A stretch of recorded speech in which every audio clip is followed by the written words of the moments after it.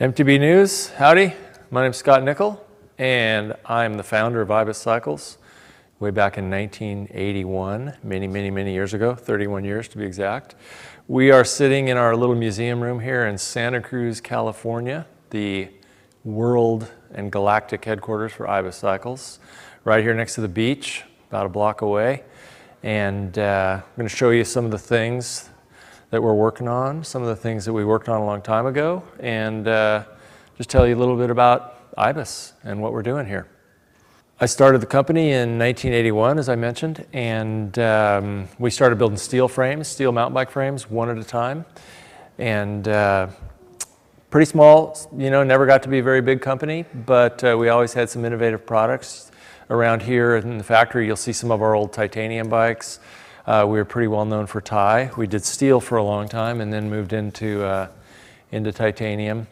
And we built bikes with aluminum. We built suspension bikes and rigid bikes and single speed bikes. And we even built fixed gears way back in the day. Those are very popular nowadays, but we were way ahead of the trend on that one. So what we'll do today is we'll just show you a few of these bikes specifically and tell you a little bit about our thinking behind them and our motivations and the kind of places that we like to go ride bikes. Well, back in about 1979 or so, I read an article in kind of a funny hippie magazine here that we have called Co-Evolution Quarterly. And it was a story about these guys in Marin County riding these converted balloon tire bikes, we call them ballooners, up on Mount Tam. And of course that was guys like Joe Breeze and Gary Fisher and Charlie Kelly and guys like that. So I read this story and I thought, wow, that sounds really cool. So I found out where those guys were and I went down and visited them. And we ended up taking a road trip in September of 1980 back to Crested Butte, Colorado, which is now a very famous mecca for mountain bikes here in the States. And we all had a great time. Tom Ritchie went along and a bunch of the other originators of the mountain bike. Charlie Cunningham was along with us. So the whole crew, the whole big posse that was part of the real early movement of Marin County came along on this fun little, about 10-day long trip, I guess, to Crested Butte. And I got along great with everybody, and particularly Joe Breeze and Charlie Cunningham, both of whom I ended up spending the winter with and the next spring learning how to build frames. So, and that was just because I wanted to do it. It wasn't for I didn't have any great plans or aspirations about building a bike company or anything like that. I just loved riding my bike and I loved the people who I was riding the bikes with. And this seemed like a fun new kind of evolution of the sport that was starting to happen. So I just decided I'd make myself a bike. So I apprenticed with Joe Breeze and Charlie Cunningham and learned how to build bikes from them. And then I went back to my house and I bought a bunch of equipment and I started and I made a frame. And very basically what happened was someone said, Scott, will you make a frame for me? And I said, sure. And so I made my second frame. And then it happened again and I made my third frame. And now we fast forward 31 years and we're still making frames for people. So there was never a big plan to conquer the world or anything like that. It was just to have fun, build some frames, and provide people with really good bikes to ride. So that's basically how it started. After about, I'd say about 3 years, I started bringing some employees into the company, and we started to grow it. And we've never been real big, like I said. I think the most people we ever had working at IBIS was about 20. The IBIS that you're going to see today, there's only 11 of us. We like to keep it pretty small and pretty simple. A lot of people think we're a big, huge company, but we're not. We're trying to really stay small and so that we can really focus on making the best bikes that we possibly can. What I have in my hand here is an Ibis Mojo Sl, and a little bit more in the history of the company. At one point in the year 2000, I ended up selling the company very briefly to some people. And the people I sold it to didn't really know what they were doing. They bankrupted the company pretty fast. And very soon after that, my current partner Hans Heim and Tom Morgan and I all got together, and we basically got the company out of bankruptcy, and we reformed it. And Hans came from a company called Santa Cruz, which a lot of you have heard of, and he was half of Santa Cruz Bicycles for their first 10 years of existence, and then we joined forces to sort of reform Ibis V2, let's say. And the very first bike that we came out with was the Mojo. And this is the Mojo SL, which actually uses the same molds as the Mojo, but there's a few more refinements that we've built into it. But the interesting thing about this bike, and this gives you a nice little bit of history about the company, is that Hans had to stay out of the business for a couple of years after he left Santa Cruz. He had a non-compete agreement, and so we had a very, very long, luxurious product development cycle, and we actually took 3 years to design this frame, which is sort of unheard of in the annals of frame building. You generally come up with a new frame every year. Most manufacturers do. And having this luxurious time in order to design this frame meant we could really take all of the design, every little piece of it, a lot further. We could really refine it and make it into what we think is a really great bike. And we did a few different things. First of all, we hired a woman named Roxy to be the designer of the frame, and you can see the beautiful flowing lines, very organic in its shape, and we think very beautiful. And Roxy didn't know anything about designing frames, and that's exactly what we wanted. We didn't want any notions about how a frame should look. Suspension frames often have tons of triangles in them, and engineers design them, and they're very functional, but from the aesthetic point of view, they're not as pleasing. So we wanted to make a bike that there's a term in manufacturing, and it's called form follows function. So you determine the function of the bike, and then the form or the shape or how it looks follows. Well, we wanted to turn that upside down, and this bike, what we did is we actually designed the shape of it first, and then using lots of CAD time, computer horsepower, we were able to build a frame that we knew was strong enough and stiff enough and had the great suspension characteristics that we wanted. And so we kind of turned that upside down, the form follows function, and ended up getting what we consider a gorgeous bike that really set the industry, I think, a little bit sideways. And a lot of people, as you know, have followed suit on making really pretty bikes. This bike was first started its development in 2002, so quite a long time ago, 10 years ago, in fact.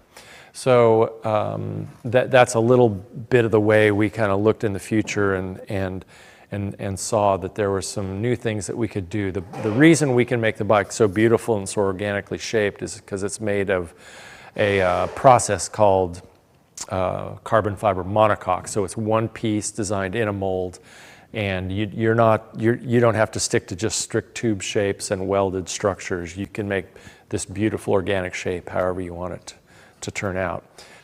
You know, you can see how complex the shape is of the swing arm. And you're trying to optimize things like front derailleur, interaction, the linkages throughout 5.5 inches of travel and 140 millimeters of travel and all that stuff. So it's a pretty they're pretty complex, these shapes of these bikes. And either it was going to be a success or a failure, and it turned out to be a great success. And these same molds that were first introduced in 2005, we're still using. So we're 7 years now into the product cycle of this bike. There was 2,000 hours of CAD time in the development of this, and it really pays off for us to spend a lot of time up front and design a really great bike. Some of you may notice that we don't come out with very many new models very fast, and part of that is because it takes such a long time for us to go through all the processes required to develop these bikes. Traditionally, there's been a lot of bikes named after birds, and an ibis is a bird. the obvious associations with birds being light and flying are nice to have associated with a bicycle. So I didn't want to. I actually thought of Merlin and Kestrel, both of which are bike brands, and those were models I considered, but ended up not choosing them. And then there was a number of other bikes that I considered. But if you think about it, there's a lot of bird bikes out there. Like there's Swift, and there's, like I said, Merlin and Kestrel, and Falcon and Condor. Avocet's a bird, and I think there's a number of other ones. But I didn't want to name it after me, and it actually, if I had named it after me, some of the other companies that started right around the time Ibis did were Gary Fisher. He was bought by Trek. Greg LeMond, bought by Trek. Keith Bontrager, bought by Trek. And let's see, there was one more that was bought by Trek, spacing out on who it was right now. But anyway, all these guys who started about the same time as me and named their companies after themselves ended up getting bought by Trek. So that's how we avoided it, is not to name it Scott Nickel Bicycles. That would have been a big mistake. So we're standing in the Ibis Museum right now, and we've got a representation of bikes that we've developed over the years. Right now, two of the most important bikes we have in the museum are not here. They're actually at a real museum that is showing a big show on mountain bikes right now, on the origin of the mountain bike. So unfortunately, I can't show you those, but I can show you kind of a nice little smattering of our bikes. Probably the oldest one we have in here right now is just this little trials bike right here from, probably 87 or 88, 1987. And around that time, we were also doing a lot of tandems. Here we have just an early representation of a tandem. This one has 26-inch wheels, but as you can see, it's made for the road. The nice thing about these is that you can put mountain bike tires on them and ride them in the dirt too. And we used to provide kits where you could put flat bars, front and rear on here, and then put bigger wheels and everything on them. So the tandems were real popular for us in the late 80s and early 90s as well. Another bike we have here in the museum from the 1980s is this mountain trials bike, and it is a bike with a 24-inch rear wheel and a 26-inch front wheel. We like the nice short chainstays we could get. The bike climbed really great. In our catalog from 1988, which is right here, it shows a picture of it on the Slick Rock out in Moab, Utah.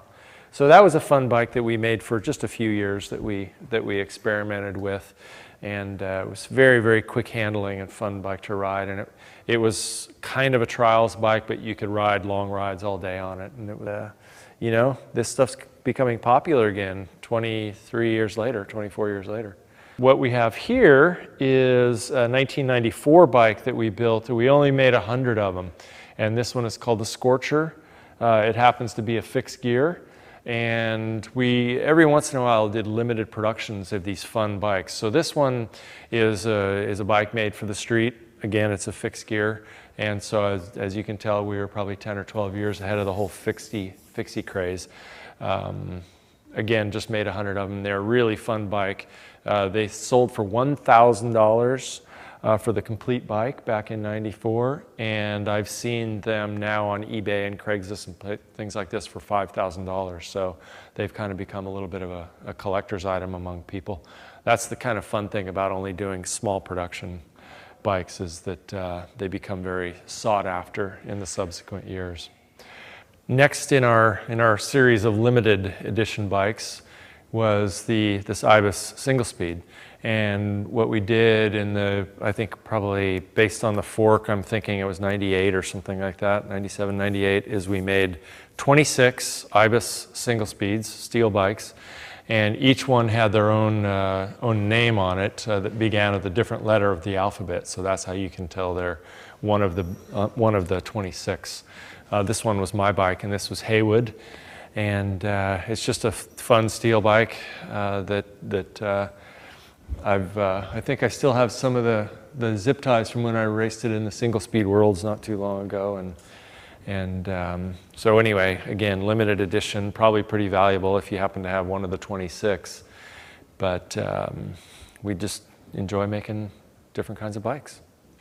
So now we're going to fast forward to the year 2000, and we have over here the Ibis Silk Tie. This was a really fun bike, a collaboration with John Castellano, famous frame designer that we worked with for a number of years. Our previous bikes with him were the aluminum Zazbo with 5 inches of rear wheel travel, and then we did the Bow Tie, pretty famous bike, which is I don't have an example of one here, unfortunately, but the Bow Tie had 5 inches of rear wheel travel with these interesting stays that went all the way from the head tube all the way back down to the dropouts, and there were no pivots. It just used the flexibility of titanium as its virtual pivot.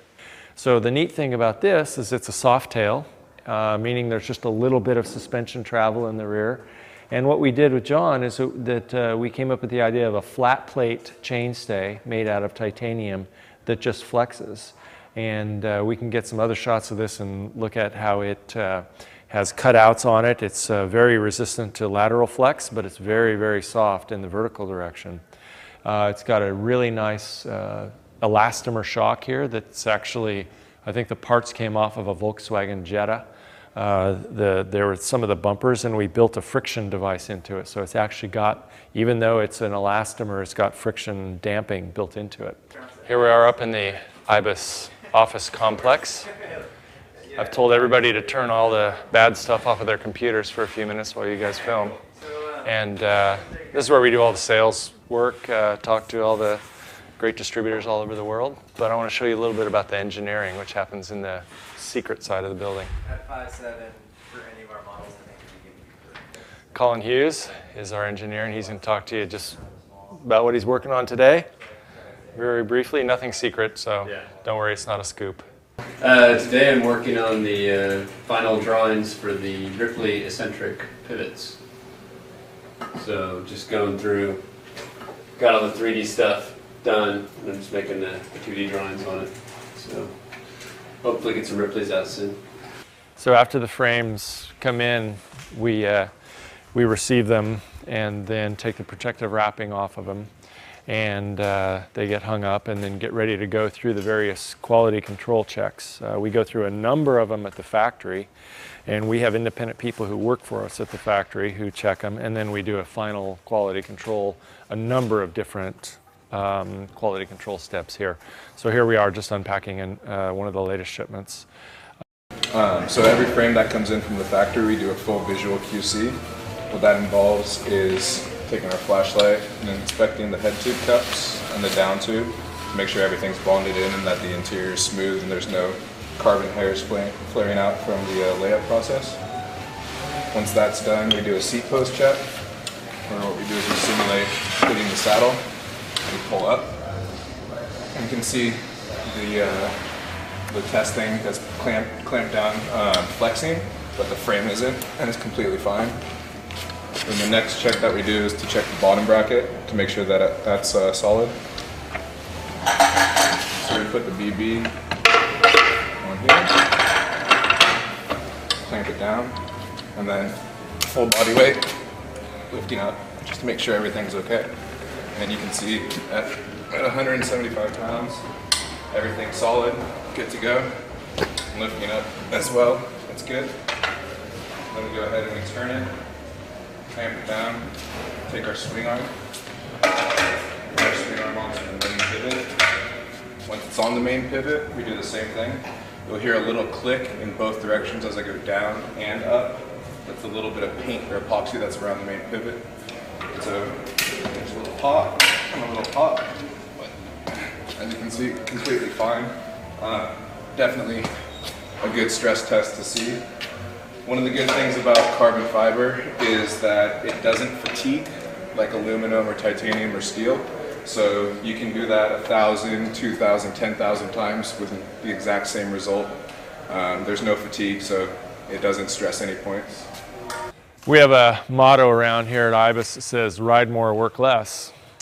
But we don't usually apply it to ourselves. As you can see, if you look at this sign back here, it says, ride less, work more, which is exactly what Heather is doing. So this is our final assembly area where we take the frames after they've been quality control checked in a number of different ways. And then the bikes are put together. We find out what kind of a shock they want. obviously what color, what size, things like that. And we start to go through the process of building the frames up into, from a front triangle and a swing arm into a complete frame set. So we're going to do a little time lapse now of Todd building a frame for us.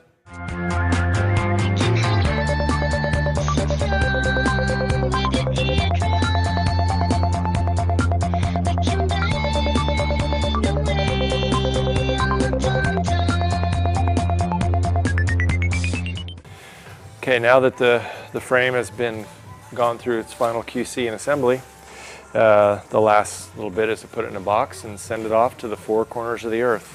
So here's Heather doing the final wrap, and put it in the box, and away it goes to a dealer near you.